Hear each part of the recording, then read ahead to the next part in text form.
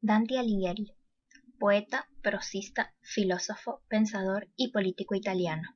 Dante Alighieri nació en Florencia entre la segunda mitad de mayo y la primera de junio de 1265 en el seno de una familia que pertenecía a la pequeña nobleza ciudadana. Fue considerado como una de las figuras de la literatura universal. Admirado por su espiritualidad y por su profundo intelecto, fue llamado el poeta supremo y padre de la lengua italiana. Se sabe muy poco acerca de Dante, infancia, niñez, adolescencia e incluso en su educación. Sin embargo, sus libros reflejan una vasta erudición que comprendía casi todo el conocimiento de su época. Las obras de filósofos, poetas y retóricos de la Edad Clásica le proporcionaron al poeta un desarrollo personal y un estilo propio con un sistema ideológico independiente del influjo de sus contemporáneos. Escribió tratados en latín sobre literatura, política y filosofía.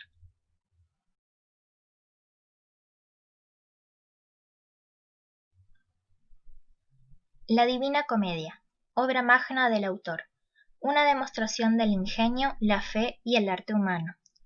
Se compone de 100 cantos distribuidos en un prólogo y 3 cánticas, infierno, purgatorio y paraíso, de 33 cantos cada una de ellas.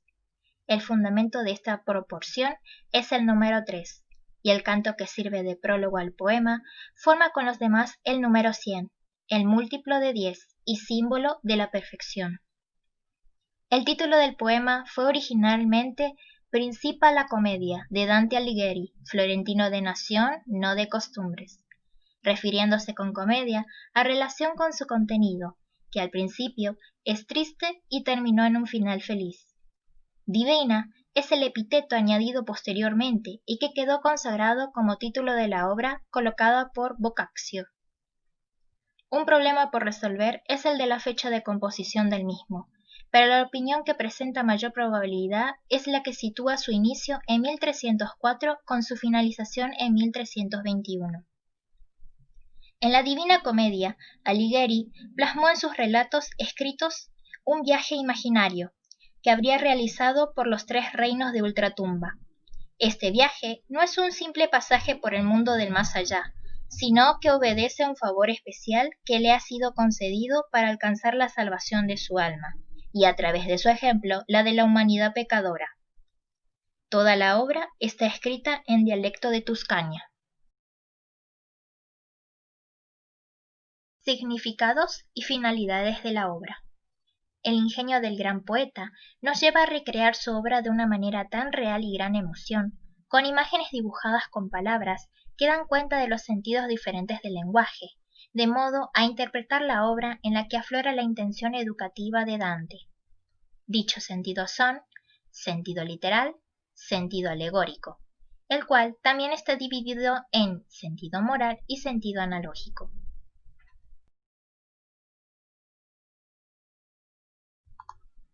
Sentido literal. En este aspecto es donde Dante, en el relato de su viaje por ultratumba, describe lo que ve y siente con expresiones o palabras ajustadas al sentido original que no varían en la intencionalidad ni en la situación. De esta manera, se refiere a cómo están las almas después de la muerte, y trata del mismo tema a lo largo de la obra, donde el poeta, al pasar por los 3 reinos, busca su purificación. Por ejemplo, en el canto 32 del Infierno, señala literalmente el espacio físico en el que se desarrollan las acciones. El infierno es presentado como un inmenso cono hueco, cuyo vértice está en el centro de la tierra. Describe el cosito como un gran lago congelado, cubierto por espesa niebla, donde se siente un fuerte y helado viento, comparándolo a su vez al agua congelada con el vidrio. Me volví al oírlo, y pude observar a mis pies un gran lago por su hielo, no al agua, sino al vidrio similar. Sentido alegórico. En Dante, el sentido alegórico sería el alma humana que se redime. Se puede interpretar que la aventura en el trasmundo significa comprender que los hombres, aunque sean libres, están sometidos a la justicia de la recompensa o de la condena. Ríos de sangre, árboles que lloran, frialdad, vacío, todas las expresiones y términos que simbolizan la soledad, la tristeza y el sufrimiento del alma, donde Dante no se cansa de resaltar como juez cargado de ira, viendo cómo sus enemigos se retuercen en el infierno. Si yo tuviera rimas ásperas y roncas, como convendría la triste fosa al cual apuntan todas las rocas. Sentido moral. Las personas o los grupos buscan hallar en un conjunto de creencias, valores, normas, las enseñanzas para pertenecer a un ámbito de libertad. La función moral no reprime ni condena. Es más fácil cometer errores y más difícil es salir de los mismos. En el canto 32, Dante, a través de su relato poético, erigiéndose como juez, trata de llegar a los lectores de su época con las enseñanzas de la Iglesia católica, para vivir una vida digna y correcta como buen cristiano, estableciendo valores morales, mostrando los aciertos y errores de los personajes con quienes se tropieza en su recorrida de ultratumba, que efectúa en la Divina Comedia. Con las imágenes infernales que son descriptas y con la influencia recibida por los personajes moralizantes, se podrá persuadir al equivocado y fundar valores morales como éticos, tal como busca el poeta en su didactismo, y a pesar del concepto negativo que muchas veces tiene el ser humano, piensa que gracias a la educación puede mejorar, y como él mismo dice, que en este sentido es el que los maestros deben intimar para propio beneficio y el de sus alumnos. Sentido analógico. La analogía es vista como vínculo y semejanza entre dos elementos diferentes. Va más hacia lo espiritual, más allá de los sentidos, refiriéndonos a la obra de Dante. En este aspecto, hallamos a Dante personificado en un ser triste, sin Beatriz, su primer y gran amor, a quien conoció a los 9 años y que la muerte le arrebató. Se ve en él un poeta más humano, a diferencia del magnífico Florentino. Se establece una relación entre los vivos y los muertos, los que han procedido bien y mal, los justos y los traidores. Se observan también analogías entre virtudes y defectos, comparaciones con los fenómenos atmosféricos como el grosor del hielo con la zona de Caina donde están los traidores, y el croar de las ranas con los traidores. La crisis entre los dos poderes. La crisis religiosa fue la que contribuyó a crear una atmósfera favorable para la libre expresión de las tendencias que estaban en desacuerdo con las nuevas clases. Los enfrentamientos sociales, con su resultado de decisiones inalterables y violentas, sacudieron el régimen político tradicional, y con él los principios que lo sustentaban. Tras estos conflictos, sucedieron otros en lo político y religioso. La monarquía se debilitó y los señores ascendieron al poder y riquezas. Lo más grave fue el conflicto iniciado entre el papado y el imperio, cada uno de los cuales trataba de imponer su autoridad.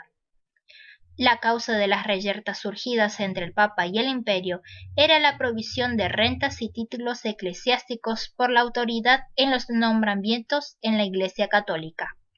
El principal error que causó la crisis fue cuando el imperio realizó la donación de Constantino.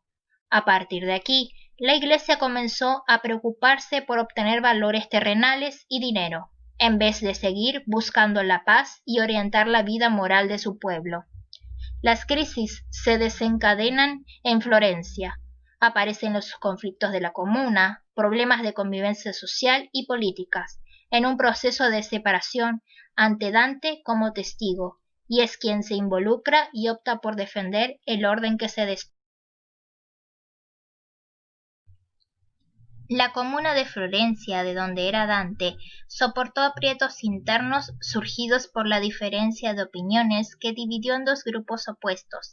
Fue en ese momento que se conocieron los términos güelfos y gibelinos, para determinar quiénes apoyarían al Papa y quiénes al emperador. Con Llano de la Vela se reconocieron las artes, a las que se clasificó en artes mayores, artes medianas y artes menores. El ciudadano que deseaba ocupar un cargo político debía inscribirse en un arte. Dante se anotó en el arte de los médicos y de las especiales, lo que llevó luego a ser electo como prior, y fue justamente en un momento más candente de la política. Además de las divisiones anteriores, los primeros se volvieron a separar en blancos y negros. Estos no tenían una orientación política muy diferente, los dos apoyaban al Papa en contra del emperador.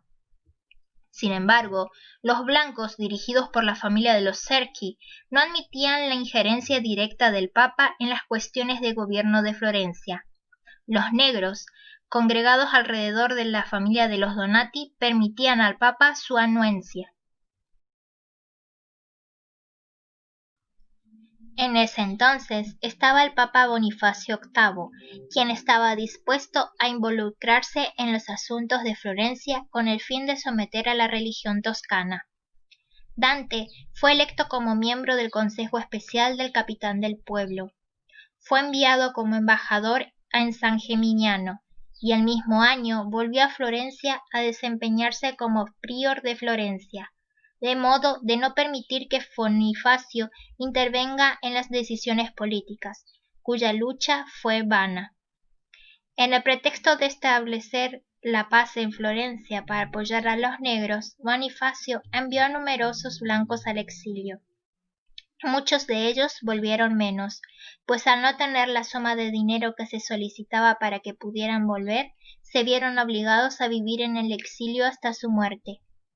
Dante, en el canto 32 del Infierno de la Divina Comedia y el que sigue, se ubica en medio de su obra y se erige como juez, con un infinito deleite al ver a Bonifacio retorcerse en el infierno, causante del sufrimiento y alejamiento de su ciudad natal, encontrándose también con aquellos que traicionaron a su familia y a su patria, los mismos con quienes luchó como político y con aquellos que lo apoyaron en momentos difíciles.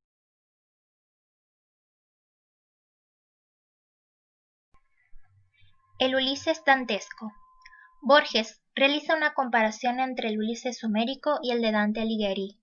El autor destaca que en la Divina Comedia, Ulises ya no es el héroe griego que vuelve a casa con Penélope y su hijo para terminar sus días de vejez en su patria, sino más bien un ser humano lleno de ambición que menosprecia los afectos y que traspasa todo límite que lo lleva a fracasar en su aventura en busca de más conocimientos.